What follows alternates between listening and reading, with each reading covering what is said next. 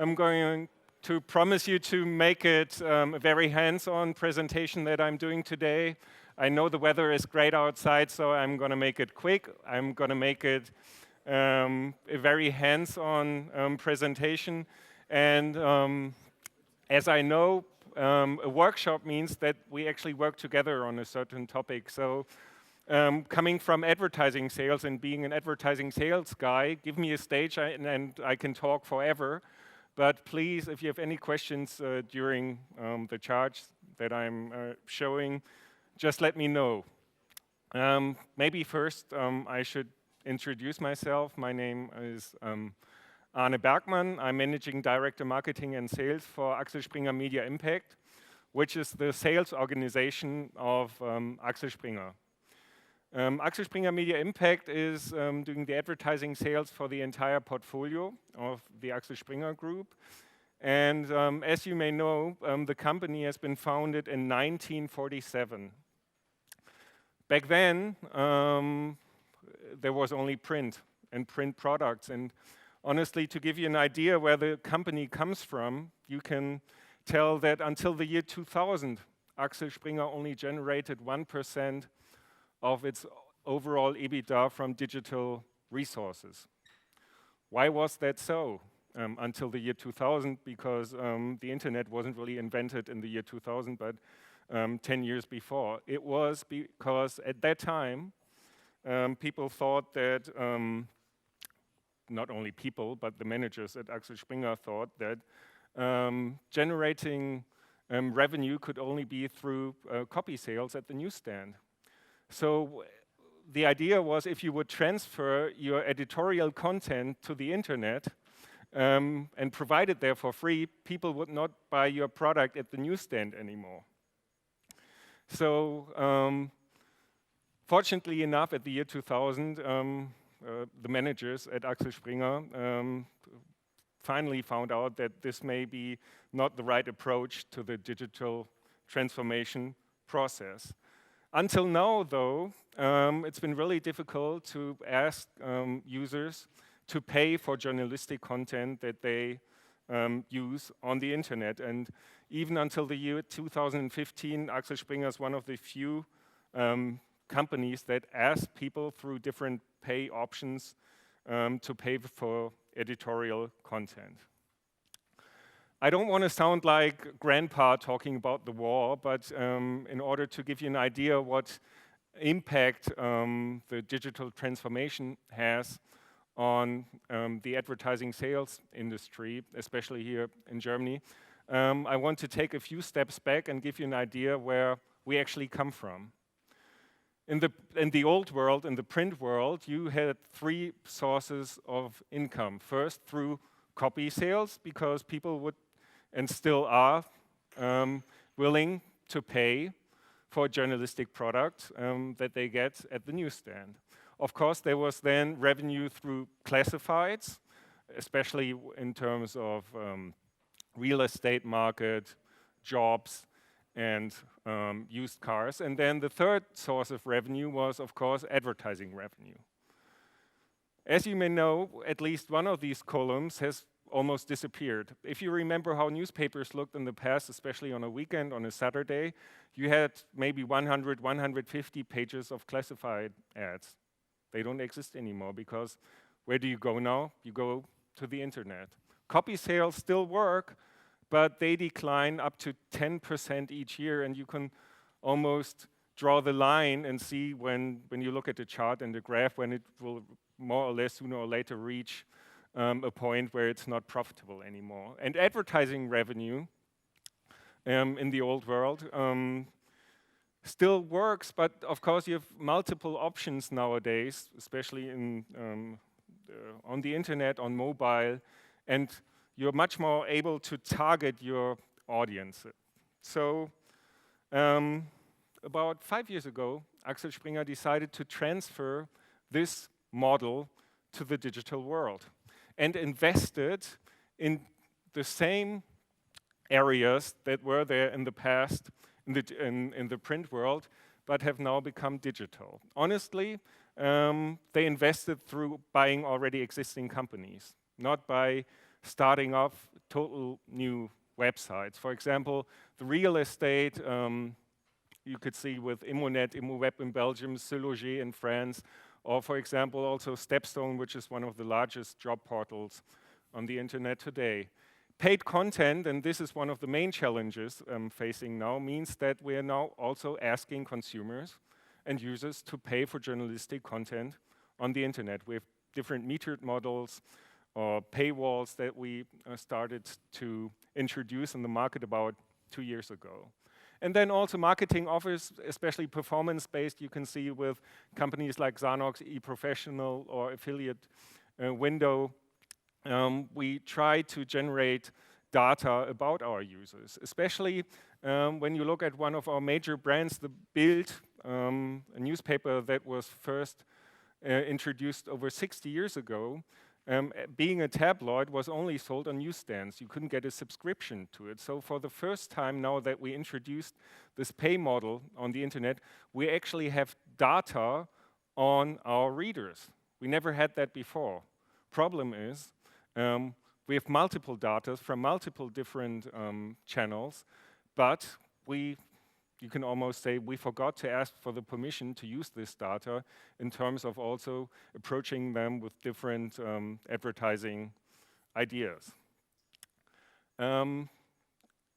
So growing in the past at Axel Springer meant both through organic growth, and you can see how even big brands only started until the year 2009 or 2010, until they were really seriously taking an approach and offering their content on the internet, and then also through acquisitions. And as you can see there, some of the big market leaders are even here, offers like Airbnb, where Axel Springer has a stake in, or even Runtastic, which is one of the largest fitness apps that you can find out there. But what do we do with this data? How do we use it? And are we actually allowed to use it? And the approach to it, as you can see, was quite successful. The revenue from digital activities at Axel Springer grew tremendously over the past years, and even the EBITDA of digital activities are at a new peak. Just a few weeks ago, we published the latest figures, and as you can see now, 72% of our EBITDA come from digital revenues.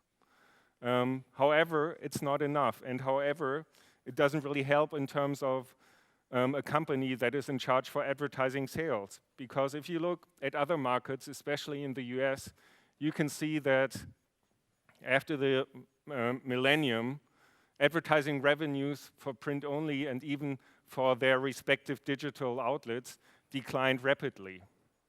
Fortunately enough, this trend is not as fast as in Germany, but the trend is there.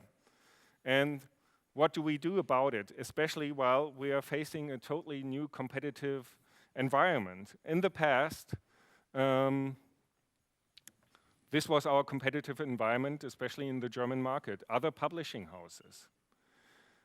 About 70% of my colleagues and employees have been working for Axel Springer for more than 15 years. They look at the other publishing houses and say, hey, we're in good shape, everything works out perfectly, everything is fine. But in the digital market, we suddenly face competitions from, the biggest digital challengers that you can think of. Facebook, Twitter, Google, Amazon, and they are not regulated.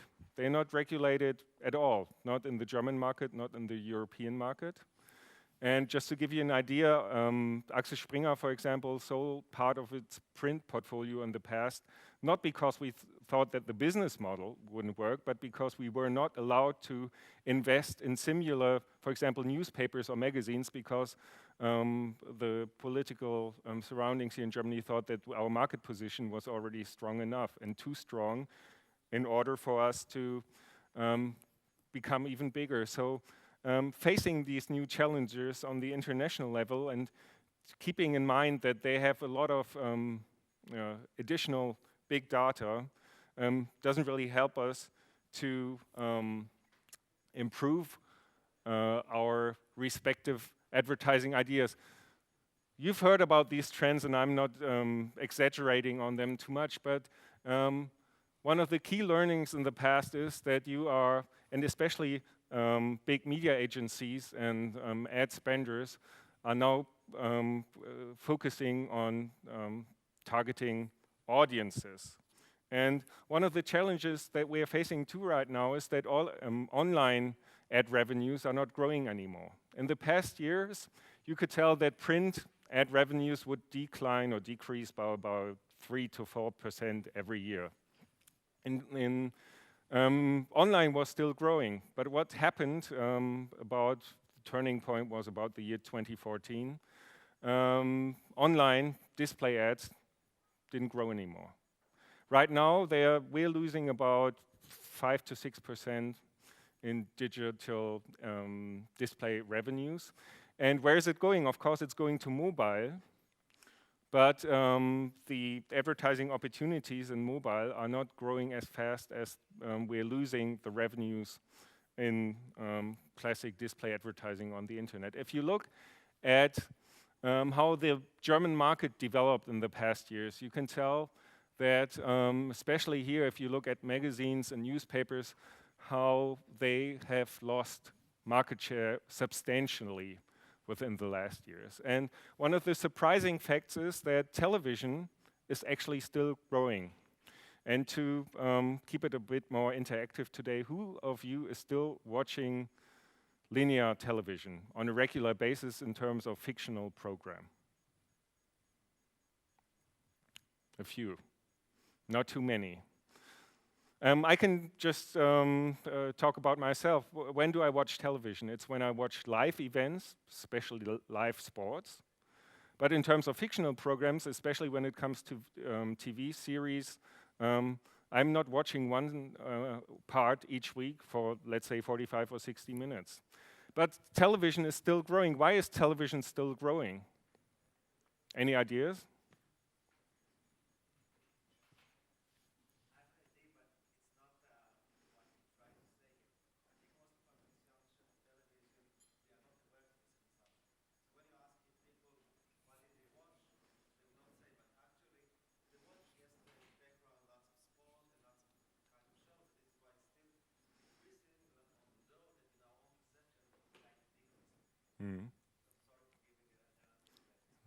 No, I think it's also because because of the role of media agencies today. I know there are probably also representatives from media agencies here. What's your idea? What's your takeaway? Why is television still growing? Because the media agencies are a cartel. Yeah. There's no foundation in Yeah. Thank you. He's underlining the point I'm trying to make right now. And that's the triangle, if you look at advertising sales, that is still there today. On the one hand, you have the customer who's trying, who has a media budget, who's trying to reach its advertising goals. You have the agency on the other side of the triangle, and then you have the marketer or the publisher or the television network in the past. The problem is the customers are not paying the agencies anymore for the job they do. Who's actually paying the media agency nowadays? Here, it's them. And who's most powerful? It's the television networks, because they generate most, as you saw in the chart before, they generate most of the ad revenue. So an agency being a business, they have to make a business, and where do they get most money? Of course, from the television networks. And that's one of the explanations, I think, why television is still growing. Yeah.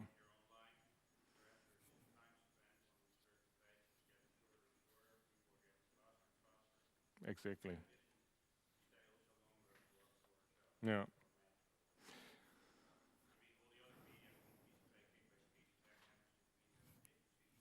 Yeah. So how do we react to that coming from a publishing house? What do we do in order to get to the point and to get closer and more information from our clients? In the past, we were just there selling advertising space. Nowadays, we have more channels than ever that we can combine and package together to give communication solutions to our clients. Actually, one of the largest units at Axel Springer Media Impact, being the sales company at Axel Springer, is not our sales force anymore. You know what it is? It's our creative service unit. What do? They're actually doing the job of what a media agency or an ad agency did in the past. Why?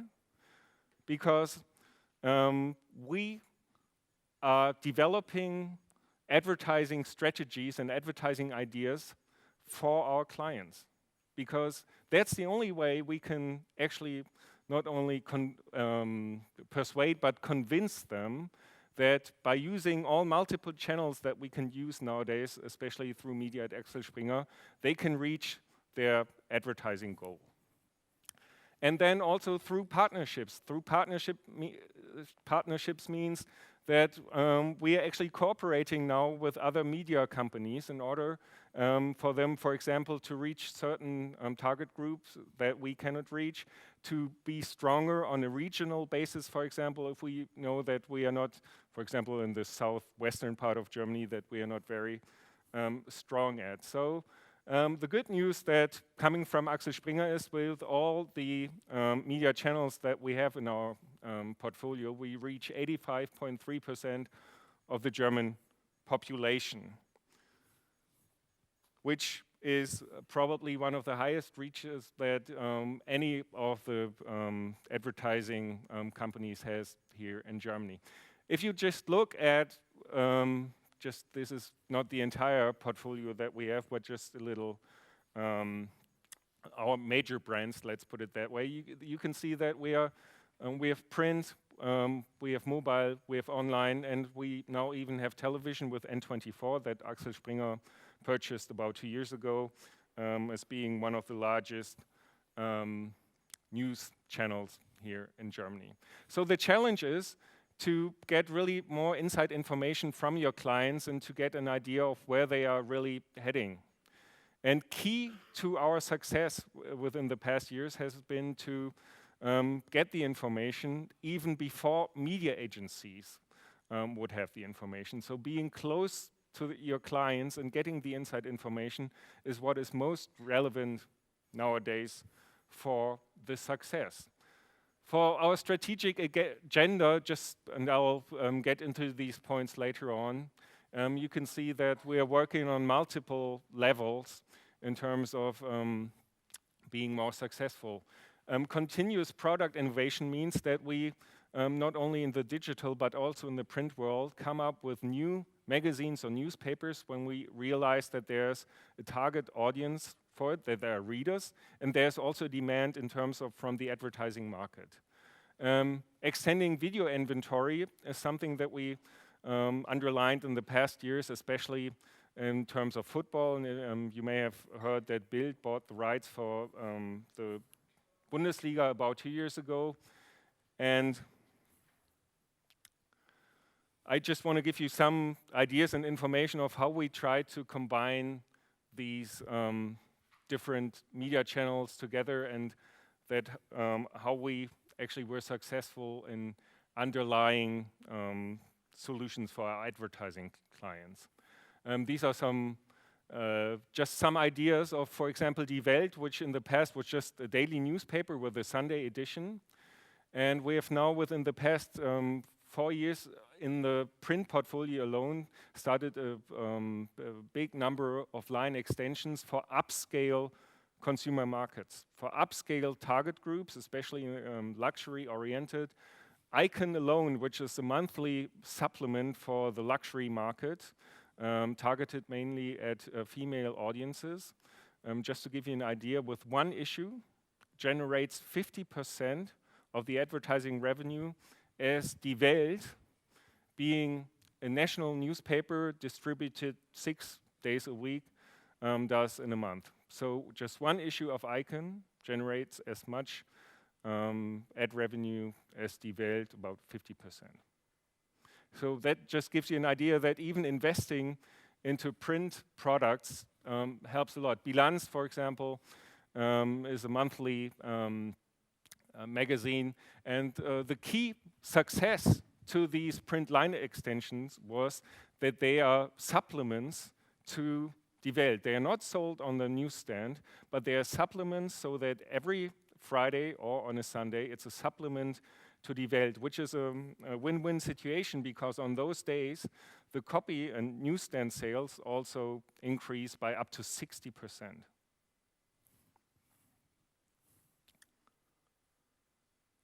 Another key to success in the past was that, you know, that usually you talk to the big media agencies in September and October, and you negotiate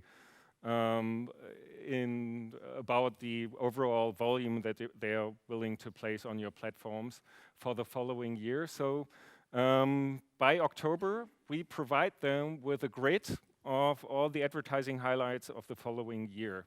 So starting off in January and all the way until December, and it's not a big surprise that Christmas is in December. That's what this chart actually says. We tell them where we have special highlights, special editions, where there are, for example, the IAA, the International Auto Exhibition in Frankfurt, or if there's just as we've had this past weekend, the Champions League final. So we come up with ideas and we show them, because all these different highlight products are quite expensive, to be honest. And but we give them a very exclusive and a very standalone platform where they can place their advertising in. So, for example, Samsung, with the introduction of the Samsung Galaxy S6 Edge, was introduced in April of this year. And for the first time ever, we had special ad formats on the front page of Die Welt and on the back side of Bild-Zeitung, which is something that we never did before, but it's going the extra mile. It's showing that we are willing to give them a platform and a very unique way to transfer their advertising message. And of course, as you can see, they had different advertising formats also on the entire digital portfolio that we had never done before, especially with video advertising, because video advertising and video windows on the front of Die Welt online, for example, and especially also on mobile platforms. And that helped a lot. With that campaign alone, we generated about 50% of the overall print budget that Samsung had for the introduction of the Galaxy S6 in the German market. Another approach is, if all your clients go into video advertising, what do? You try to extend video advertising on print newspapers. And one of the ideas that I can show to you that we did for Volkswagen, for the introduction of the new Volkswagen Passat, is that we're now able to put video displays in an insert that was inserted in our newspapers. And talking about sustainability, because sustainability and eco-friendliness is very important to many of our advertising clients, this video device actually can be reused. And there are different sockets here that on the side. So actually the user can keep it and put its own, or his or her own video content on this display. It's great. Of course, you can do it with a circulation of maybe 2 or 3 million, but we did this with a circulation of 100,000 copies, and it's a big impact, and it's very unique for your clients.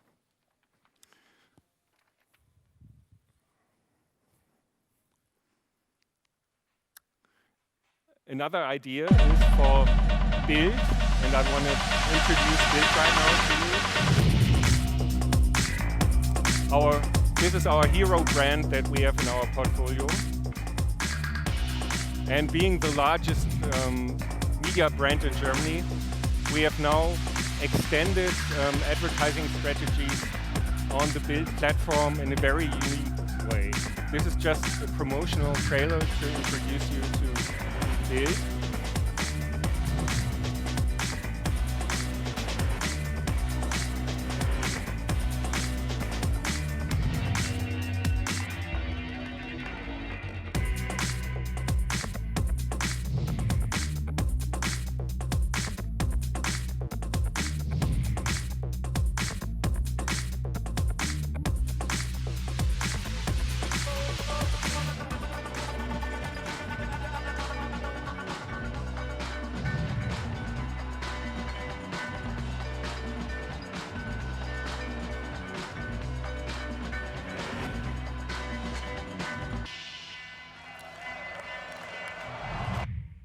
of course, Bild being the largest media brand in Germany and being the hero brand that we have, we decided to use the strength of the brand to come up with a marketing concept called the Volksprodukt, which would be translated into the people's product. About 12, 13 years ago, the first people's product was introduced in the German market, and ever since then, 160 different people's products have been introduced to the German market. It started actually off with a People's Bible. Back then, you may remember when Pope Benedict was introduced, the first German Pope in, I don't know, maybe 1,000 years or so. And then, ever since then, we have extended that, and we are now using all different channels, especially mobile, digital, to reach the target audience. The People's Product as a brand is a loved brand by our consumers nowadays, and they know that they have a very upscale, high quality product for a very reasonable price. And just to give you an idea of what we have sold in the past year alone, for example, this is a smoke detector because German regulation have made it mandatory now that every household has to be equipped with a smoke detector. So we contacted one of the producers and said, well, don't you think it's time now to come up with a campaign and introduce this, since it will be mandatory starting on January 1st, that every household has a smoke detector. So the smoke detector as a Volksprodukt was actually sold out within a week. Another idea, and that was, I think it's on my next chart, if I'm not wrong, was the Volks Zahnbürste, which is a toothbrush. And this is a sonic toothbrush. And as you may know, it's a closed system. It's like Nespresso capsules. So the price for this toothbrush alone is not very high. It was, I think, 49 euros. But what's really expensive about it is the toothbrush itself. You can use it maybe for a month or so, and then you have to buy a new one, and it's quite expensive. I think it's about 5 or 6 euros just for one single thing that you can put on top. So using different media channels, you can see how using the entire platform and the entire media channels that are available to us, we were actually successful, and we always use a celebrity testimonial. If you're into football, you know that this is the former wife of Raphael van der Vaart, a football player who played for a team here in Germany.